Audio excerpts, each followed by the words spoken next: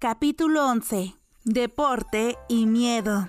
A pocos días de la fiesta en el jardín, la emperatriz Gyokujou coordinaba su vestimenta con sus damas de compañía. ¿Seguro que no es demasiado sencillo, Lady Gyokujou?, preguntó Jinhua. Estaba ocupada intentando combinar un accesorio con su atuendo. Las mujeres vestían de rojo, como siempre, pero de un tono más oscuro que cuando Gyokujou era solo consorte. ¿No sería mejor destacar? Quedó perfecto con los colores del propio banquete, respondió Honyang, la jefa de las damas de compañía, que pasaba un peine por el pelo de su señora, y combina con lo que llevará su majestad. Eso es especialmente importante. A pesar de su segura respuesta, Honyang pareció un poco desorientada. Dejó el peine y se dirigió al armario. Jinhua añadió otra vara para el pelo a la que ya tenía. Antes, cuando habían estado en el palacio interno, la única cuestión había sido cómo eclipsar a las demás consortes, y las damas de compañía habían ideado formas de divertirse sin salirse de los límites del buen gusto y del sentido común. Ahora, sin embargo, se encontraban en una situación diferente. ¿Estás segura de que funcionará, Lady Honyang?, preguntó Jinhua, palideciendo al ver la cara para el pelo que había elegido Honyang. ¿No crees que sea el peinado adecuado? Creo que queda bien, pero usamos ese en la última fiesta del té con la emperatriz viuda. Te garantizo que sus damas de compañía lo notarán. ¡Qué lástima! Volviendo a colocarse la vara de pelo. Por lo general, la ropa o los accesorios que se usaban en un gran banquete no se volvían a utilizar en una función de este tipo. Los accesorios más bonitos se transformaban en otras formas y quedaban relegados a ser utilizados como toques de moda en alguna pequeña fiesta de té. Los accesorios más pequeños podían utilizarse varias veces, pero nunca era bueno que la gente pensara que solo se llevaba una cosa. Aunque parece que le vendría bien algo de decoración, dijo Jinhua, observando la ropa de Gyokujou. Sí. Honyang estuvo de acuerdo. Las dos se quedaron pensativas. Gyokujou simpatizó con ellos. Los colores a juego están muy bien, pero me gustaría que tuviéramos algo que realmente llamara la atención. Una gran joya o algo así, dijo Jinhua. Jade tenía la emperatriz en abundancia, pero no combinaba con este atuendo. Algo más translúcido, algo que pudiera absorber al espectador, sería ideal. Como el cristal, dijo Jinhua. ¡Oh, uno de esos diamantes pulidos del oeste! Dudo que pudiéramos conseguir uno de esos en tan poco tiempo.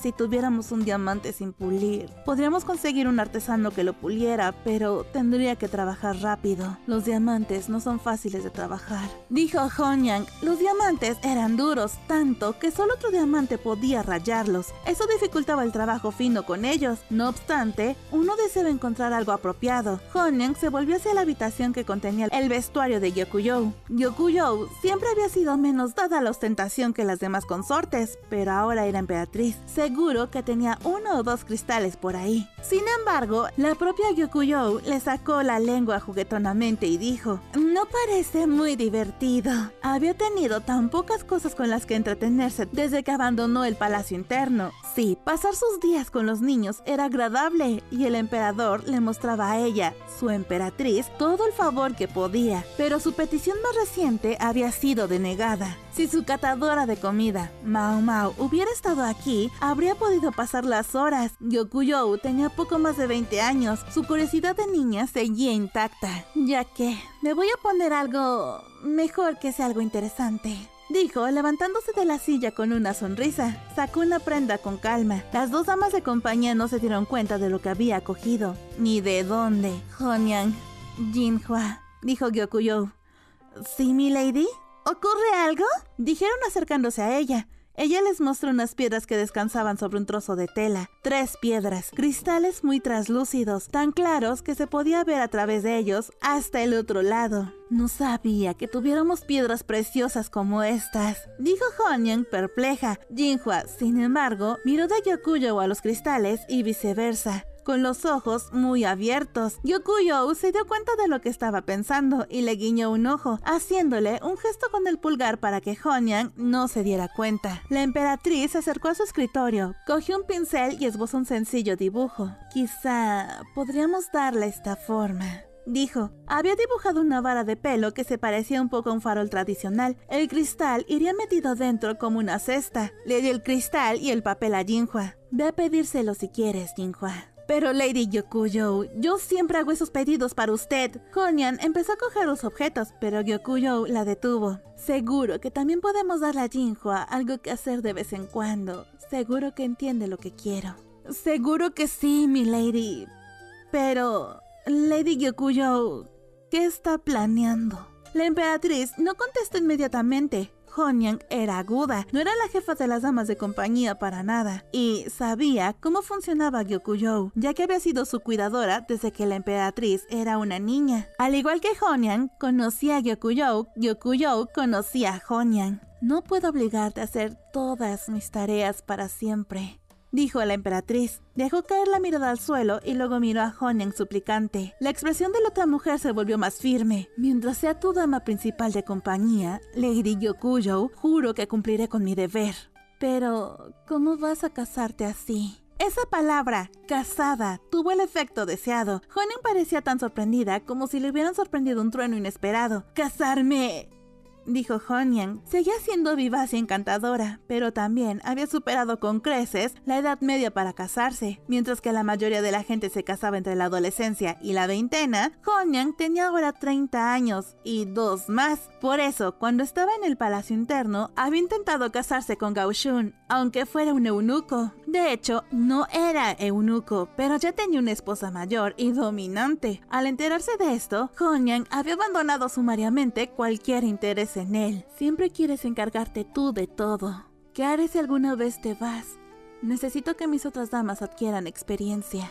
La excesiva competencia de Honyan también disuadiría al sexo más desleal de acercarse a ella. Cuando Gyokujou había entrado al palacio interno a los 14 años, Honyan había venido con ella. El palacio interno era un antro de iniquidad demasiado grande para que una joven se abriera camino sola. Necesitaba asistentes capaces. Gyokujou también había estado acompañada por otras mujeres de larga trayectoria, pero cuando se convirtió en la compañera de cama de su majestad y los atentados contra su vida se convirtieron en una posibilidad real, y, de hecho, en un hecho real, sus mujeres se fueron yendo a casa una a una. Algunas se habían casado, pero otras habían quedado incapacitadas al probar su comida. Finalmente, solo quedaron Honyan, Jinhua, Yu Yuan y Ailan, y las 3 últimas eran jóvenes e inexpertas. Gyokujou podía entender por qué Honyan sentía que tenía que encargarse de todo. Se había contratado una niñera, temporalmente, tras el nacimiento de la princesa Ling Li, pero Gyokujou aún no había contratado a ninguna nueva dama de compañía.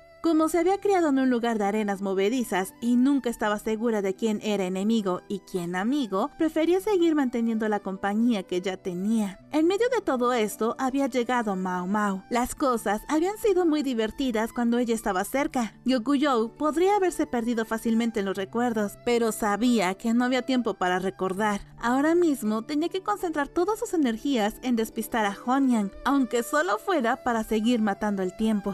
Mi padre me comentó que simplemente debemos encontrar algún buen prospecto para ti, Honyan. ¿El maestro Gyokuen dijo eso?, preguntó Honyan, visiblemente conmovida. No era mentira. El padre de Gyokujou había comentado: si esa Honyan tuviera un hijo, llegaría lejos en el mundo. Hijo o hija. Sería demasiado tarde para que ese niño fuera un hermano de leche, pero sin duda serviría para algo. Tengo más damas de compañía que antes, añadió Gyokujou. No tienes que cargar con todo sobre tus hombros. En el nacimiento del príncipe heredero, 3 jóvenes más habían venido desde la ciudad natal de Gyokujou para atenderla. Entiendo tus recelos. Para una mujer, esto sigue siendo un campo de batalla, aunque no lo sé tanto como la del palacio interno.